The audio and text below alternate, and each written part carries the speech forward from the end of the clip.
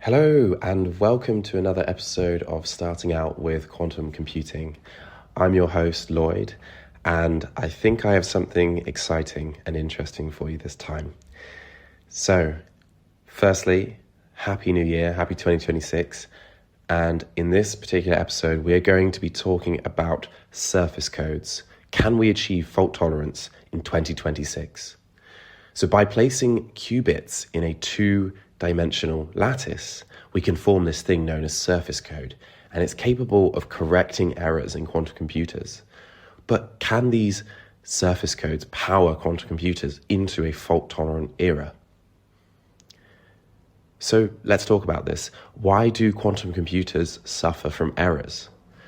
Quantum computers promise great advantages over normal computers, and this is precisely because they can, theoretically at least, solve very complex problems much faster and sometimes with less resources. They provide novel avenues for research at academic institutions, leading tech companies, and large corporations alike. For example, pharmaceutical companies will be absolutely desperate to get their hands on quantum computers when they're fault tolerant, as they could revolutionize the method of developing new effective drugs at a cheaper cost.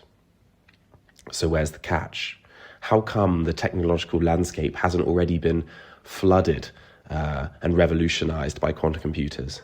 And how come we're not finding quantum computers, in every single warehouse in London? Well, one of the main enemies of quantum computing is something known as decoherence. Decoherence is a phenomenon where a quantum system leaks its quantumness to the external environment. As the quantum system, which in these quantum computers will consist of an array of qubits, starts to decohere, the quantum computer will become less and less reliable. Operations will start to fail, and amazing properties that yield advantages, such as superposition or entanglement, will be less effective. In turn, decoherence makes quantum computers lose their power, rendering them impotent. But the goal isn't to completely eradicate decoherence. I suppose this would be nice, but this is impossible. It is like trying to remove every particle of nitrogen from the atmosphere. What is more feasible is to mitigate decoherence.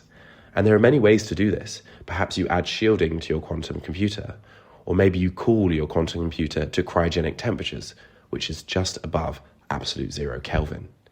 However, today we're going to be looking at a particular approach within the larger field of quantum error correction, known as surface codes. So what are surface codes? Surface codes might just be one of the most promising roads to quantum advantage. I'd like you to imagine a chessboard with all 64 black and white squares. If you look at the pattern, you might see a sort of 2D square lattice, a collection of squares that join together at edges and corners. We create a similar lattice, but with qubits instead.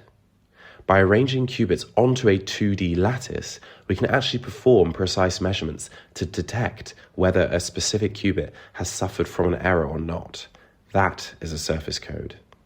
And there are many magical effects that can take place here.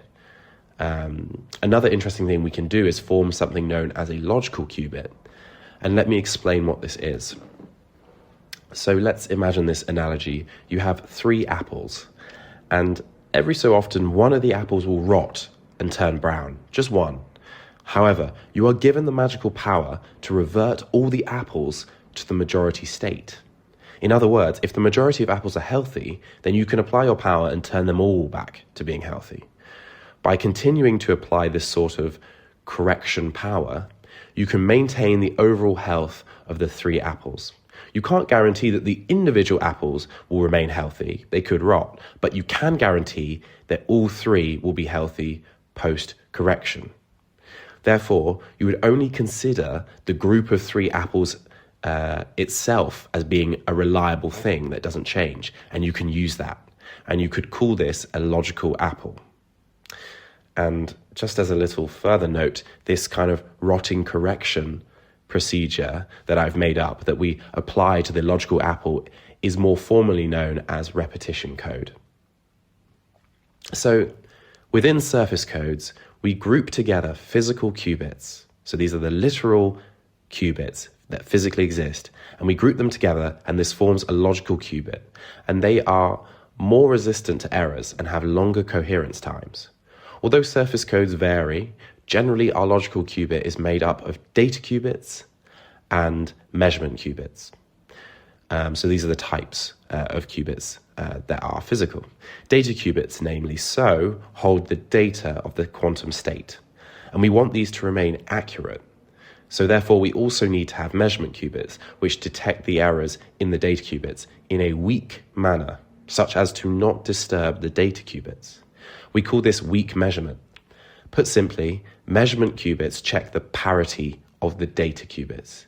This means that they can identify which one of the data qubits is the odd one out, which has an error.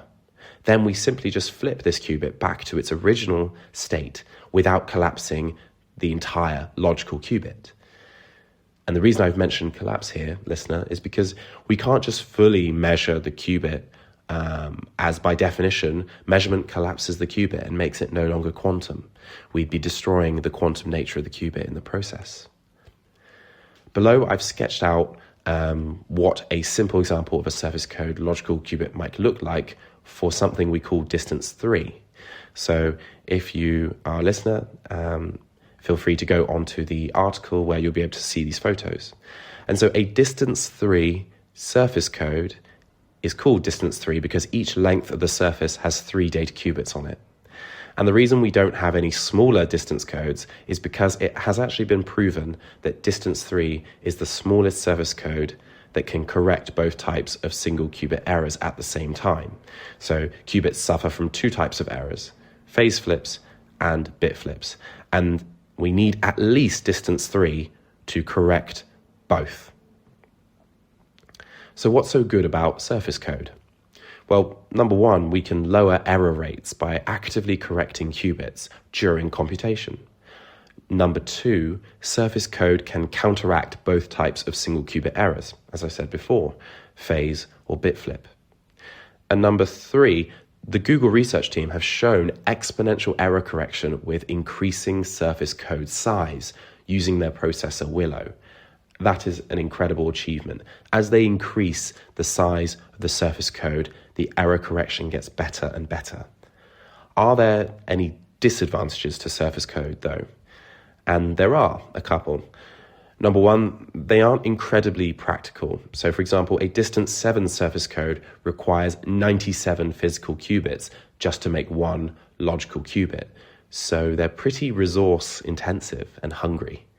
And number two, some architectures have more efficient ways to correct errors. For example, in a type of quantum computing known as neutral atom, we can use something known as low density parity check codes, or LDPC codes, which have the benefit that they can move qubits around and therefore require less qubits overall. But there are so many beautiful examples of surface codes. I've only just scratched the surface.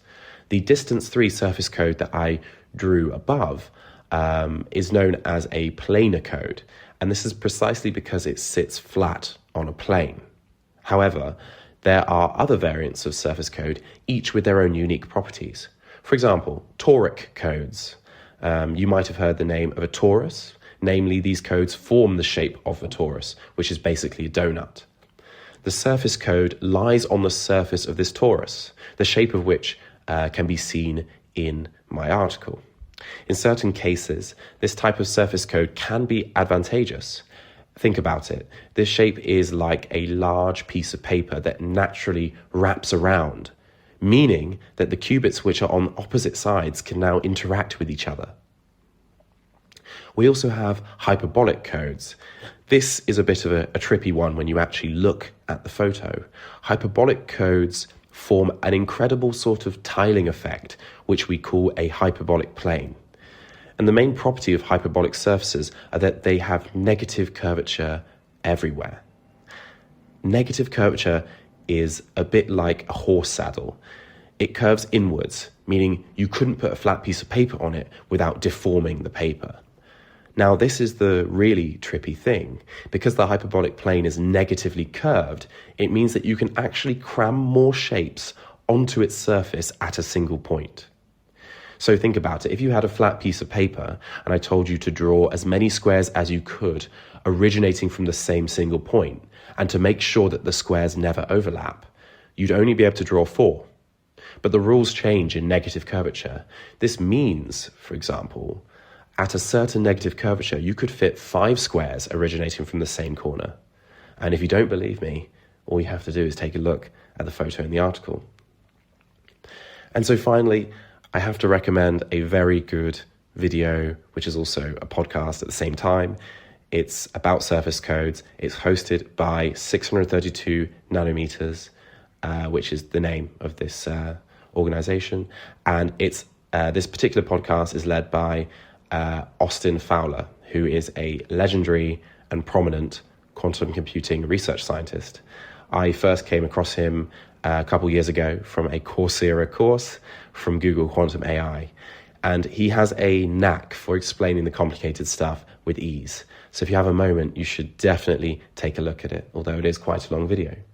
And I'd just like to say thank you as always for listening, and I am wishing you guys a very happy 2026. Until next time, bye-bye.